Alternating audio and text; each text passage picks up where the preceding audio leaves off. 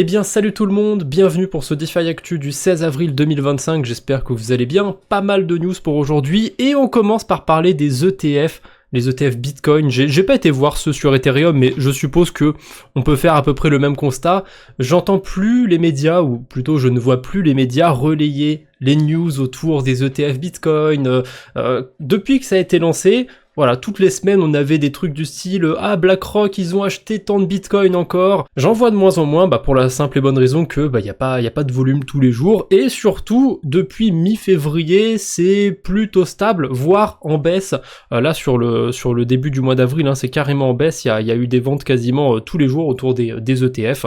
À part le 2 avril, où il y a eu 218 millions de dollars d'entrées dans les ETF Bitcoin, et d'ailleurs, c'est même pas sur celui de BlackRock, il y a eu des sorties sur celui de BlackRock ce jour-là, et il y a eu aussi des entrées le 14 avril, 1 million de dollars. Donc, c'est pas non plus folichon en ce moment autour des ETF Bitcoin. J'ai pas été voir ceux sur Ethereum, mais je suppose que c'est à peu près la même tendance. Après, des fois, on peut être surpris, ça arrive parfois qu'on n'ait pas du tout les mêmes chiffres autour des ETF sur Bitcoin, sur Ethereum. Voilà, ces dernières semaines, ça faisait un petit moment que je me disais, il faut que j'aille trouver les données autour des ETF. J'ai été les trouver, et parfois c'est à la baisse. Ensuite, on a Pump.Fun qui relance la fonction de live stream pour tous ses utilisateurs. Évidemment, il renforce les règles de modération. Bon, j'ai pas du tout testé et je compte pas tester les streams du côté de Pump.Fun. À voir si on va en entendre parler. Par contre, une news qui vient compléter celle-ci, c'est autour de la série Black Mirror. La série est assez connue, donc je vais pas trop m'étendre dessus. Globalement, c'est une série qui montre un petit peu qui accentue plutôt les facettes sombres de l'humanité. Y a des saisons qui sont moins bien que d'autres, mais dans la dernière saison, la saison 7 qui est sortie récemment, il y a un épisode qui est inspiré un petit peu de ce qui s'est passé autour de Pump.Fun. Il y a un petit résumé d'ailleurs de Goku. J'ai pas encore été voir l'épisode, mais si ça vous tente, si ce résumé peut vous donner envie d'aller voir l'épisode, en général, c'est quand même de bonne facture, la série Black Mirror. L'épisode intitulé Common People raconte l'histoire d'un mari à court d'argent qui, dans le but de payer les factures médicales croissantes de sa femme, commence à se diffuser en live stream en effectuant des actes d'automutilation de plus en plus extrêmes en échange d'argent numérique envoyé par des téléspectateurs anonymes. Voilà, peut-être que je donnerai mon avis dans le prochain DeFi Actu si je l'ai vu. En tout cas, il faut que je me le note, il faut que j'aille regarder ça. On a l'euro déjà qui stonks en ce moment, voilà, qui repart à la hausse, pourquoi pas. Bon, après c'est dû à la politique tarifaire de Trump et compagnie, donc l'euro qui remonte 1,14$, 1 euro ça vaut 1,14$, et dire qu'il y a 2-3 ans à peu près, l'euro était tombé en dessous de la parité, 1 euro ça valait moins d'1$, donc comme quoi c'est pas mal remonté. Je suis pas là pour faire de l'analyse technique ou quoi que ce soit, je vois le truc, je commente le truc. Il y a aussi la market cap de l'euro-C, le stablecoin de Circle, du coup qui atteint des nouveaux ATH, qui a plus de 200 millions de dollars. C'est encore très loin de l'USDC et de l'USDT, mais mine de rien, ils essayent de pousser un petit peu, Coinbase plutôt essaye de pousser un petit peu l'euro-C sur son écosystème, et ça marche plutôt bien. Donc World Liberty Financial, on y arrive, ils auraient échangé 775 000 USDC contre 5 millions, j'arrondis, 5 millions de tokens SEI, à un prix moyen de 16 centimes par SEI, et je sais pas pourquoi ils accumulent des tokens SEI, des tokens Move, ils ont accumulé encore les tokens Ethena, AAV, Ondo, pourquoi pas, c'est de la DeFi, je veux bien, bon, SEI c'est de la DeFi, Move c'est de la DeFi, mais je sais pas, j'arrive pas à capter pourquoi ils s'exposent à ces écosystèmes.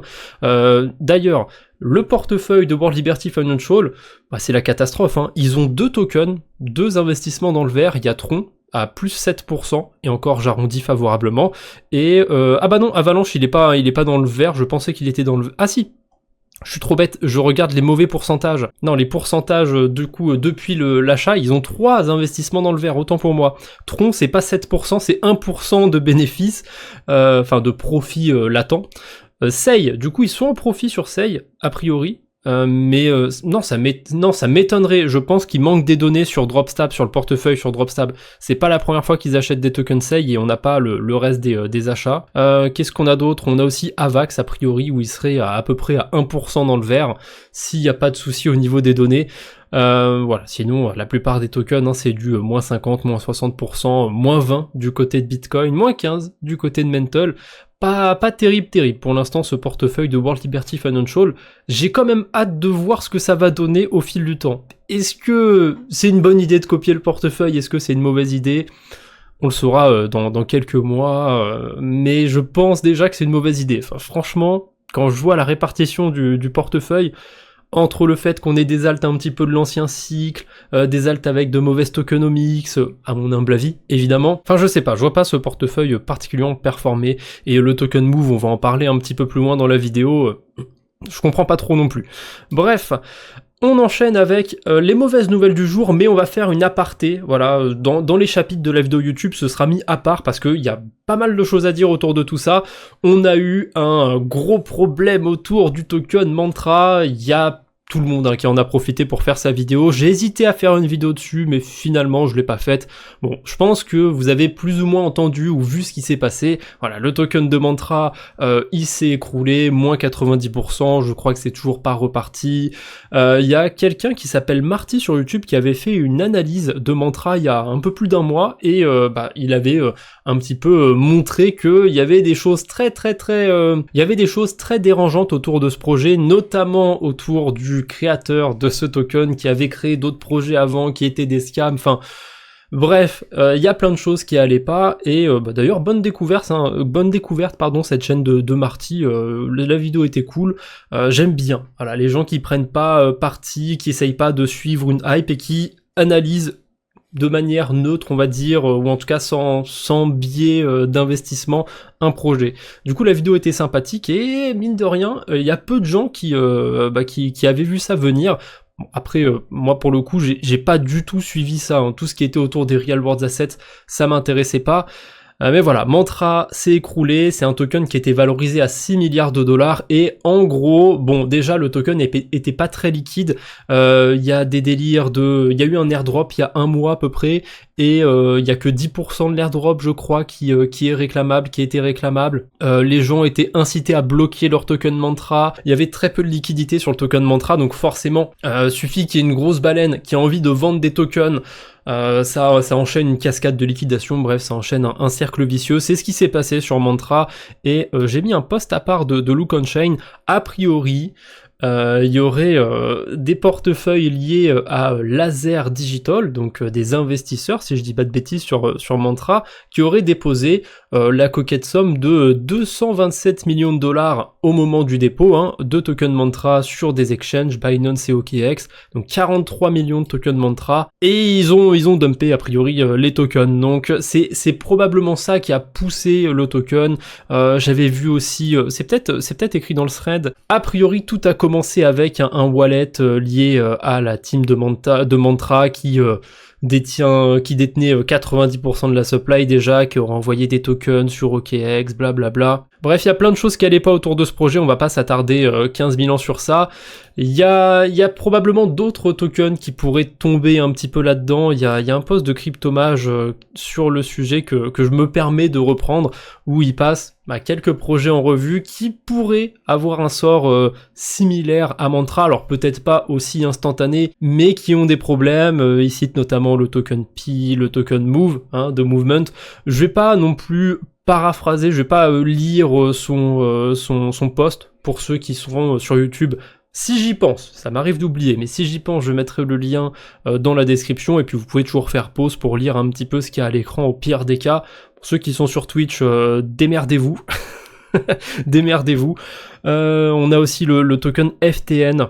Ça ressemble vraiment beaucoup à ce qui se passe sur Mantra. On a la courbe du token qui est en up only, le truc il est top 50 alors qu'il y a 5 millions de dollars de TVL, ça sort vraiment de nulle part. Dans la foulée, on a eu aussi une baisse fulgurante, bon c'est pas une baisse de moins 90%, mais genre de moins 20% si je dis pas de bêtises, sur le token de Story, le token IP. Mais c'est remonté en quelques heures, donc plus de peur que de mal. Bon, je suis pas du tout exposé au token. Et là, on rentre dans les mauvaises nouvelles du jour. On a tout d'abord eu un hack, a priori l'adresse qui détenait les tokens ZK qui n'ont pas été airdroppés. Rappelez-vous, sur ZK Sync, il y a eu un programme qui s'appelait ZK Ignite ou ZK Ignition, je m'en souviens plus. Ignite, je crois, bon, peu importe, on s'en fout, et ils l'ont arrêté. C'était censé durer 9 mois, ils l'ont arrêté au bout de la première saison, je sais plus comment ils avaient appelé ça, donc au bout de 3 mois, et il restait des tokens du coup à distribuer sur leurs adresses, parce qu'ils avaient, les 9 mois étaient pas passés. L'adresse du coup qui détenait les tokens ZK qui n'avaient pas été distribués s'est fait voler les tokens ZK. Donc instantanément il y a eu un drop, le prix du token ZK est descendu. Et d'ailleurs on en reparlera de son prix puisque ce sera le même du jour. J'en dis pas plus, vous allez voir, c'est croustillant. Ça va vous rappeler peut-être, si vous suivez le marché crypto depuis au moins quelques mois, peut-être même un an déjà, ça va peut-être vous rappeler un drama qui a eu un petit moment. C'était rigolo d'ailleurs cette affaire. Voilà, et moi je me suis permis de reposter l'histoire là, enfin le hack autour de ZK Sync en mettant ZK is the endgame. C'est clair qu'ils m'ont terminé sur cette histoire. Enfin, ils avaient prévu de donner de l'argent, ils l'ont pas donné, ils l'ont quand même perdu. C'est l'ironie, c'est assez fou autour de ZK Sync. On a eu un hack du côté du protocole KiloX sur leur Vault, 7,5 millions de dollars de dérobés, 3 millions sur Base, 3 millions sur OPBNB. Je crois que c'est la moitié de la TVL sur cet écosystème. Bon, j'abuse un peu, mais c'est vraiment une quantité non négligeable de la TVL sur OPBNB et 1 million de dollars sur la BSC. De ce que j'ai vu sur le post de Slomis qui récapitule, oh si ça marche, mais qui décrit l'attaque, comment ça s'est passé, a priori le hacker aurait manipulé l'oracle de KiloX et il aurait pu ouvrir une position à la hausse sur un token, je vais dire une bêtise, mais il aurait pu ouvrir une position sur Bitcoin à 2000 $. Ensuite, il a remanipulé l'oracle pour changer le prix de Bitcoin à 100 000 $, je dis une bêtise, et du coup il a fermé sa position, hop, un long de 2000 à 100 000 $. Évidemment, Bitcoin n'était pas à ce prix-là, c'est en manipulant l'oracle qu'il a pu faire croire au protocole que Bitcoin était à ce prix-là, et c'est comme ça qu'il a dérobé des fonds au Vault.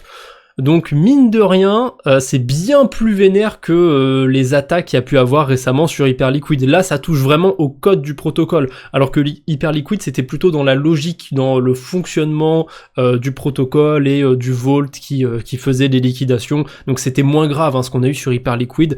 Là, ce qu'il y a eu chez KiloX, c'était quand même plutôt grave.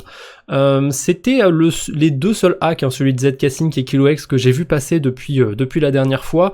On a eu aussi des problèmes du côté de AWS, du côté des serveurs d'Amazon, et dans l'après-midi, moi ça m'est arrivé comme un couillon, je suis resté devant mon wallet Rabbi et je comprenais pas, mes transactions ne chargeaient pas. Et ben c'est normal, c'était à cause de la panne des serveurs de chez AWS. Il me semble que c'était les serveurs de Tokyo. Il y a eu des soucis pas que sur Rabbi, évidemment, sur Binance, sur plein d'autres trucs en dehors de la crypto. Ça a duré une demi-heure, quelque chose comme ça. Mine de rien, il y a pas mal de points centralisés. En dehors de la DeFi qu'on voit pas vraiment, beaucoup de protocoles, beaucoup de projets autour de la crypto, que ce soit DeFi, finance centralisée ou quoi que ce soit, sont dépendants des serveurs d'Amazon, et voilà, s'il y a une panne, on peut avoir des soucis. Donc moi j'ai pas pu passer de transactions, par exemple, je sais plus, c'était tombé vers 14-15 heures ou ce matin, je sais plus du tout quand c'était tombé. Non, c'était tombé ce matin, c'était vers 10 heures du matin. C'était chiant, voilà. Je voulais passer ma petite transaction, ça voulait pas. Bon, c'est comme ça, c'est la vie. Suffisait de prendre son mal en patience, plus de peur que de mal. D'ailleurs, tant que je parle de Rabbi, sur le Play Store, il y a eu une vague massive d'avis négatifs, d'avis à 1 étoile sur Rabbi. Alors, j'utilise le wallet Rabbi, en vrai je l'utilise pas, je l'ai installé, mais je l'utilise pas le wallet sur smartphone, j'utilise généralement sur PC. En tout cas, pourquoi il y a eu cette vague de mauvais avis sur Rabbi Wallet? Eh bien, a priori, c'est parce que ils ont retiré le support de Pulse Chain, et Pulse Chain, c'est le projet de Richard Hart, c'est celui qui a créé la crypto X, et c'est un scam, on va pas trop rentrer dans les détails, et il y a une communauté très fervente autour de ce projet, comme sur Terra Luna, malgré que c'était un Ponzi qui s'est écroulé, il y a une communauté, je comprendrai jamais les gens qui s'enferment dans ces communautés-là. C'est comme ça, c'est comme les gens qui croient à la Terre plate, ce genre de choses, c'est bien, il faut de tout pour faire un monde, comme on dit, mais je comprendrais pas ces personnes-là. Intellectuellement parlant, on n'est pas sur la même longueur d'onde. Mais c'est comme ça, il faut tout pour faire un monde. Donc, ils ont pas été contents, ces personnes-là, que Pulse Chain soit retiré, ne soit plus supporté par Rabby Wallet, et du coup, ils ont été mettre des avis négatifs. C'est pas impossible que ce soit des vraies personnes hein, derrière la plupart des avis négatifs et que ce soit pas des bots. C'est ça que je trouve encore plus dingue dans l'histoire. Parce que ce genre de communauté sur les projets comme Terra Luna, tout ça, c'est des communautés mercenaires. Hein. Les gens y croient dur comme fer. Et en 2022, il y en a qui ont acheté un max de Terra Luna classique. J'ai pas été voir où c'en était depuis aujourd'hui. Étonnamment, je suis quasiment sûr que ça a pas pris un moins 99% depuis 2022. Peut-être pas sûr non plus que ça a bien performé, mais il y a des gens qui s'accrochent comme ça à leur bague. Que voulez-vous? Ensuite, les levées de fonds. Quelques levées de fonds pour aujourd'hui, il n'y en a pas eu beaucoup ces derniers jours. On commence par Solix, et d'ailleurs Crypto Fundraising, ils ont tagué le mauvais compte, donc c'est un compte qui a été suspendu, il y a le vrai compte qui a répondu en dessous. Donc Solix, je connais pas du tout, ça a l'air d'être un projet sur la narrative de la Dépine, c'est carrément écrit dans leur nom, Solix Dépine. Pourquoi pas. On a, j'ai pas cité le plus important, ils ont levé 30 millions de dollars, c'est pas rien.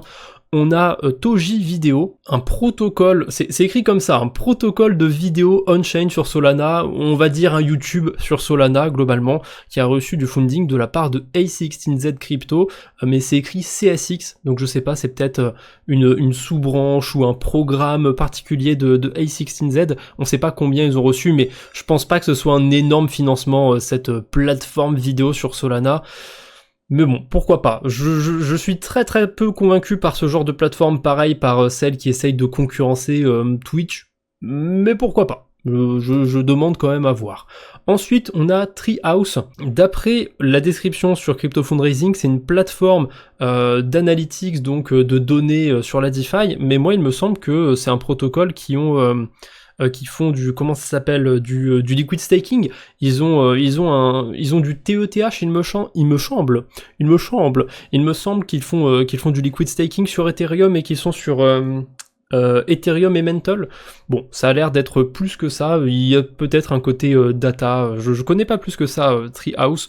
Ils ont aussi levé des fonds, on sait pas combien, mais avec une préévaluation de 400 millions de dollars. Voilà. S'il y en a qui l'ont farmé un petit peu, parce qu'il me semble qu'il y avait un système à point de ce côté-là, 400 millions de dollars de préévaluation, c'est pas mal, quand on compare un Renzo, un Etherfi, ce genre de choses, si on peut les comparer, vu qu'ils, pour moi, ils font du liquid staking, donc pour moi, je peux les comparer, je pense que c'est pas mal, Je vais jeter un coup d'œil vite fait sur ça, parce que je vous cite Etherfi, je vous cite Renzo, mais ils ont combien en FDV? Est-ce que ils sont proches de 400 millions de dollars? Pour moi, ils sont en dessous, pour moi, Renzo vaut moins. Après, market cap, FDV, ouais, Renzo, il a 135 millions de dollars, donc 400 millions, c'est beaucoup. Ça peut peut-être donner un airdrop qui sera pas non plus un airdrop cacahuète.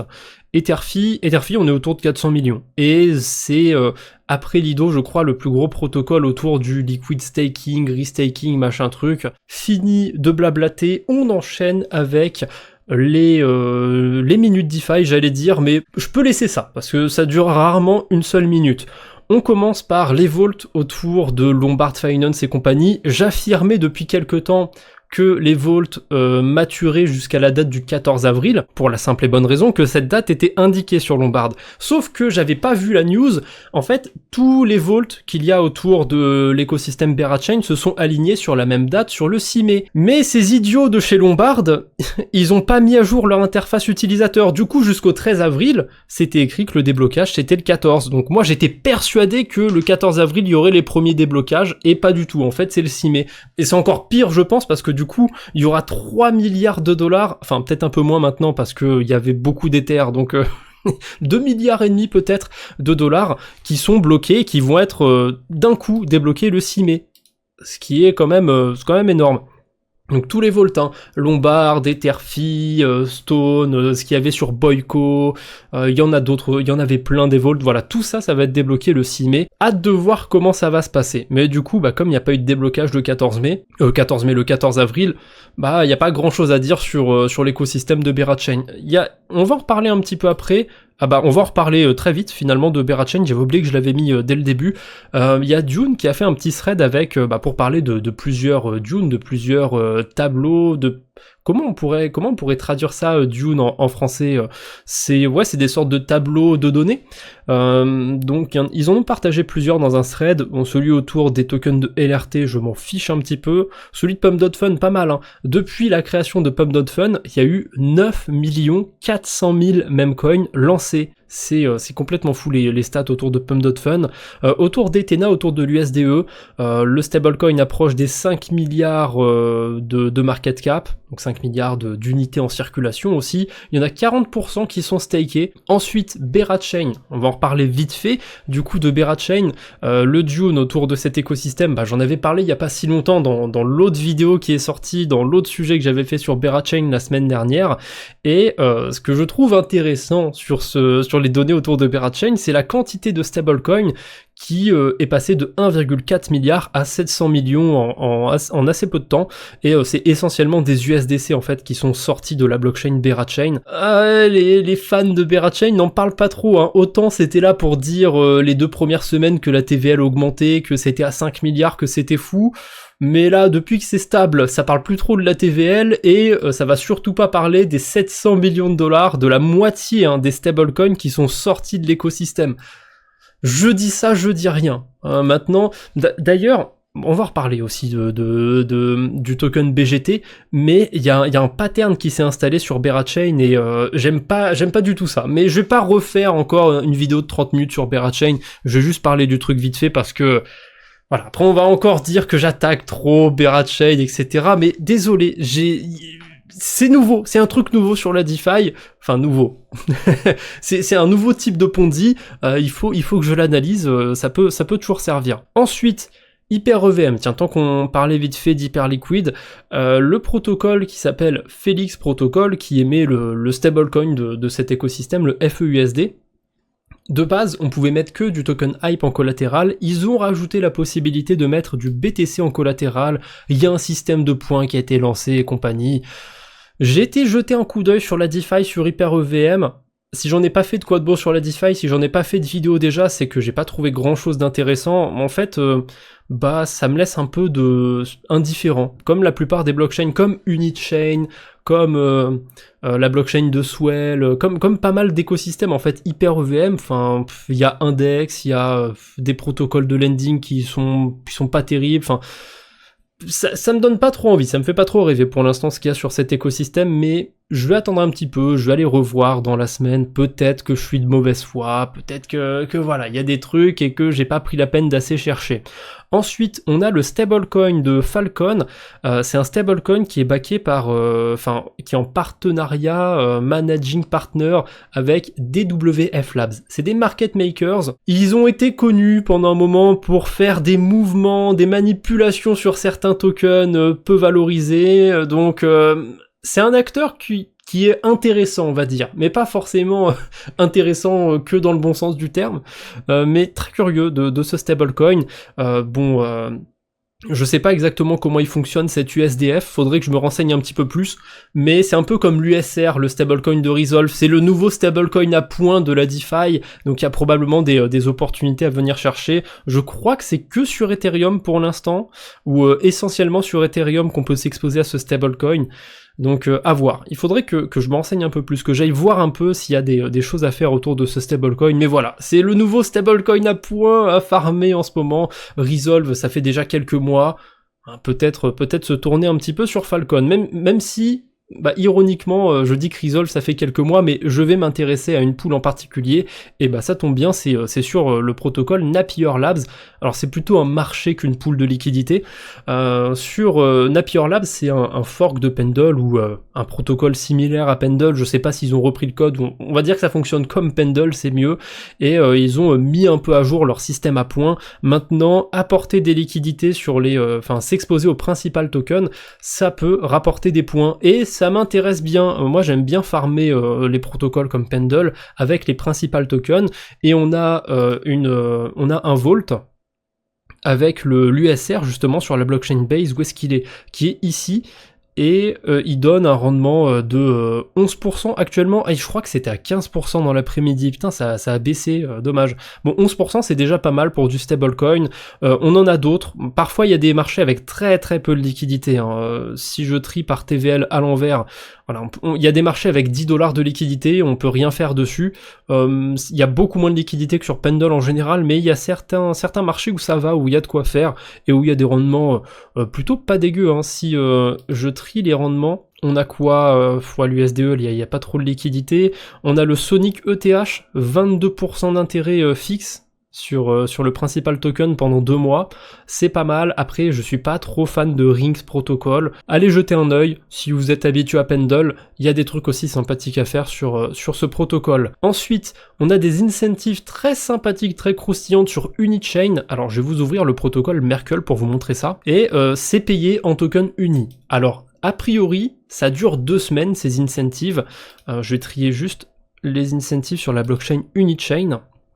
Voilà, donc il y a 12 pools de liquidité qui sont incentivés, il y a des pools avec de l'Ether, il y a majoritairement des pools avec de l'Ether et de l'Ether staké, il y a une pool de stablecoin, USDT 0 USDC, qui est autour de 20% APR, alors, le rendement était beaucoup plus élevé tout à l'heure, mais la TVL, l'argent déposé, a explosé, hein.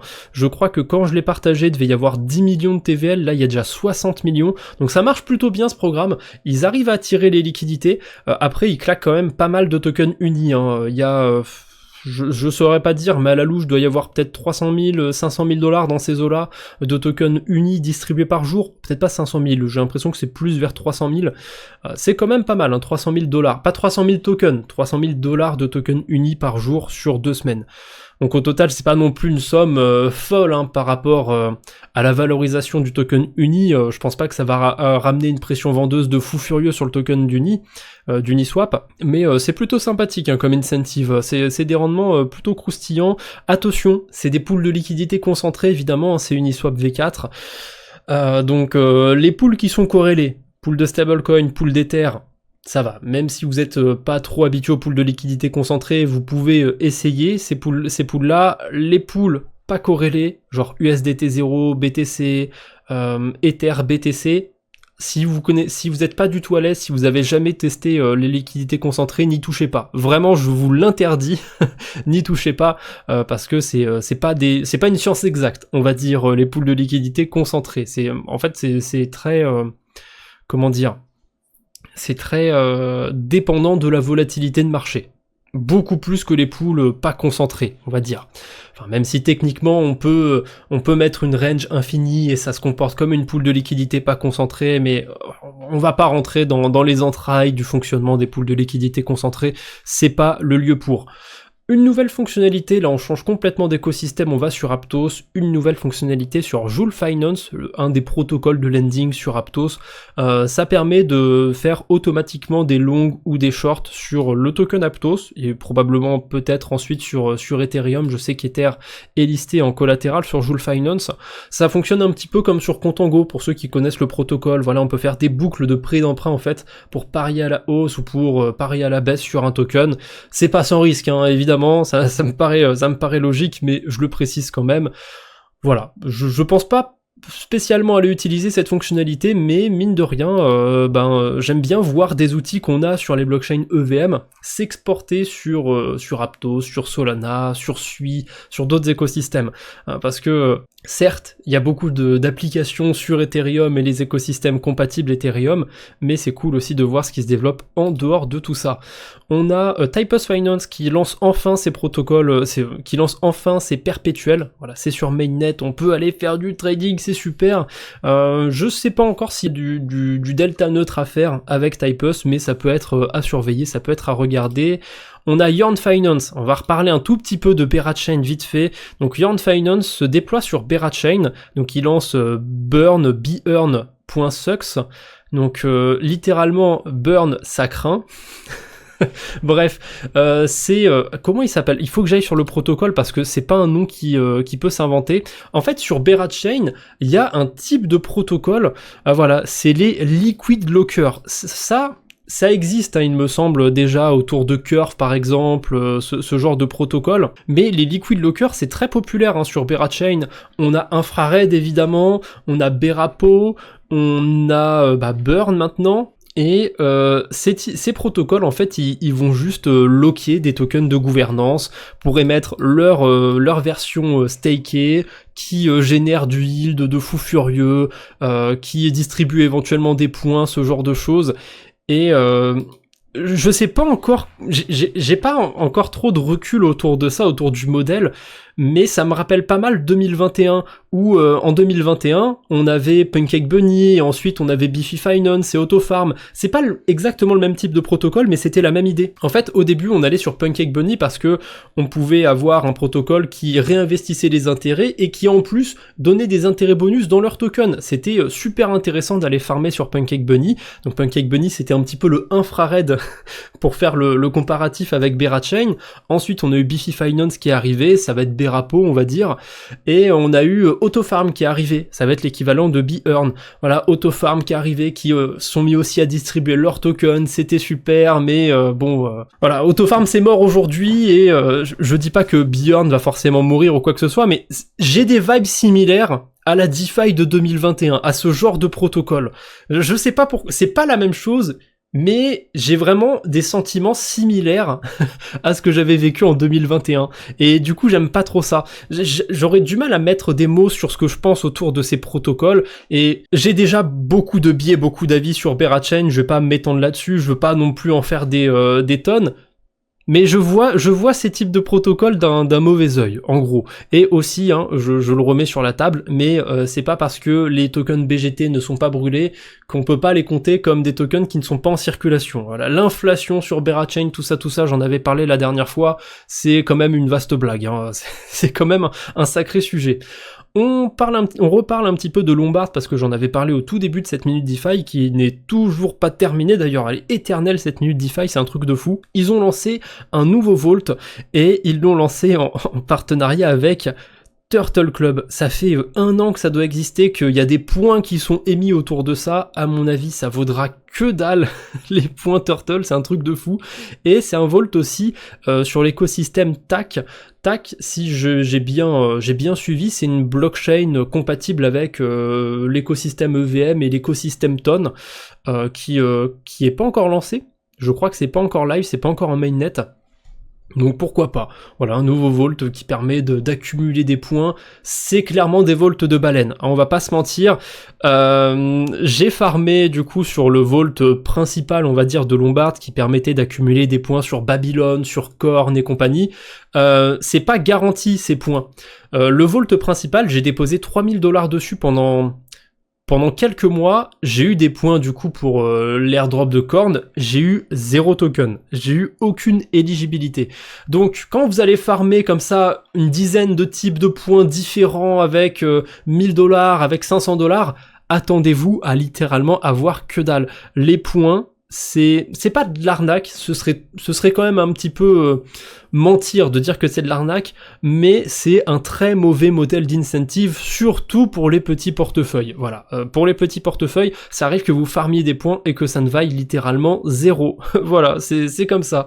Donc nouveau Vault sur Lombard, c'est cool éventuellement pour les baleines qui s'intéresseraient à fond à cet écosystème, mais j'ai pas énormément d'attentes. Ensuite, le petit point airdrop, il y a quelques trucs à dire, ça va pas être le point airdrop, ça va pas être le point airdrop le plus long que j'ai fait. On commence par le token de Wallet Connect qui est disponible. C'était toute une galère pour récupérer ces tokens si on était éligible. Pour ma part, j'étais éligible sur un vieux portefeuille que j'avais utilisé en 2021-2022 que j'avais un peu oublié, sur un vieux Trust Wallet. J'ai dû récupérer 80 balles sur cet airdrop. Je prends, hein, ça fait toujours plaisir. C'était pas un truc de fou furieux, c'était une galère. Le token est sur Optimism. Pourquoi Optimism? Je sais pas pourquoi le token est sur Optimism, mais ils ont choisi cet écosystème. En tout cas, moi je l'ai reçu là-bas. Je me souviens plus si on pouvait choisir sur quelle blockchain le récupérer. Bon, si vous avez utilisé Wallet Connect et que vous n'êtes pas enregistré, je crois que c'était en novembre dernier, c'est mort, hein. Il n'y a pas de rattrapage, il n'y a pas d'airdrop, hein. C'est mort pour vous. Ceux qui s'étaient enregistrés, bah, pensez à retourner sur vos anciens portefeuilles, à récupérer vos tokens. Enfin, il n'y a même pas besoin de les récupérer, ils sont déjà sur votre portefeuille, donc pensez à aller les vendre, hein, si vous avez envie de les vendre. Ensuite, on a l'airdrop de kernel aussi qui est disponible. Bon bah ça je suis pas éligible, donc je vais pas m'attarder là-dessus. Je sais pas trop ce que ça donne, mais je pense que c'était pas non plus un truc de fou furieux pour ceux qui l'ont farmé. On a eu la snapshot qui a été prise du côté de l'application TurboTap sur Eclipse, le petit clicker de chez Eclipse. Ah, il faut que je fasse une petite parenthèse sur Korn. Korn, ils se sont lancés un petit peu comme une copie de Blast à la sauce Bitcoin, et malgré une direction artistique incroyable, franchement le site est cool, sur Twitter ce qu'ils postent, leurs animations, je trouve que la direction artistique est cool, et c'est trop dommage, le protocole avait un vrai potentiel, enfin la blockchain avait un vrai potentiel, et l'airdrop était catastrophique, leur écosystème est catastrophique, il y a 1 million de dollars de TVL dessus, c'est pas une blague, il y a vraiment rien sur leur écosystème, et là, ils ont distribué des tokens Baby, des tokens Babylon, aux utilisateurs qui avaient des points sur la blockchain Korn, sauf que, eh ben en fait, ils ont distribué des tokens Babylon sur leur blockchain. Jusque là, pas de problème, c'est pas dérangeant. Mais ce qui est dérangeant, c'est qu'il n'y a pas de bridge. Donc on est obligé d'attendre qu'il y ait des cons, littéralement on va le dire, hein, des cons qui créent des pools de liquidités, qui ajoutent des liquidités sur AkuTrade pour que les gens puissent aller dumper leur token Babylon sur Korn. Vraiment une catastrophe Korn. Pour ceux aussi qui auraient... j'ai parlé de Babylon, donc pour ceux qui auraient farmé des protocoles autour de Babylon, j'avais fait une vidéo où j'avais réclamé l'airdrop sur Lombard. C'est une vraie galère, je trouve, cet airdrop Babylon. Layer 3, c'était pas mal non plus, donc si vous êtes passé un petit peu à côté de tout ça, un petit rattrapage, le point airdrop que j'ai fait récemment, bah il y avait pas mal de choses à dire, il y avait pas mal d'airdrop à réclamer la semaine dernière. Et pour terminer, le même du jour signé ZK-Sync, et là c'est complètement dingue. Alors c'est pas le cas sur CoinGecko, c'est le cas sur CoinMarketCap, je sais pas pourquoi, c'est pas la même quantité de tokens en circulation sur les deux, mais du coup sur CoinMarketCap, le token de Polyhedra est plus valorisé que ZK-Sync. Alors, si vous n'aviez pas suivi le drama entre Polyhedra et ZK-Sync à l'époque, vous ne savez pas pourquoi c'est ironique, pourquoi c'est marrant, mais en gros, Polyhedra avait lancé son token en choisissant le ticker ZK, et ça a fait un peu polémique, et ils ont fini par changer leur ticker quand ZK-Sync ont lancé aussi leur token et qu'ils ont choisi le ticker ZK. Polyhedra, du coup, ils ont rajouté un J, maintenant c'est le token ZKJ, et Polyhedra, enfin, c'est un protocole vraiment pas utilisé, et ce qui est fou, c'est que c'est plus valorisé que ZK-Sync, alors que ZK-Sync c'est une blockchain, ils ont même leur écosystème de blockchain un petit peu comme sur Optimism, et ils se sont fait vraiment démonter. Pour de bonnes raisons, hein, on l'a vu dans les news d'aujourd'hui, ils se sont fait hacker l'adresse sur laquelle il y avait les tokens alloués à l'airdrop de base. Bref, une catastrophe ZK-Sync sur cette année 2025, et c'est pas parti pour s'améliorer pour l'instant. Bref, c'est tout ce que j'avais pour aujourd'hui, j'espère que cette vidéo vous a plu, on se retrouve bientôt j'espère, d'ici là portez-vous bien, salut tout le monde.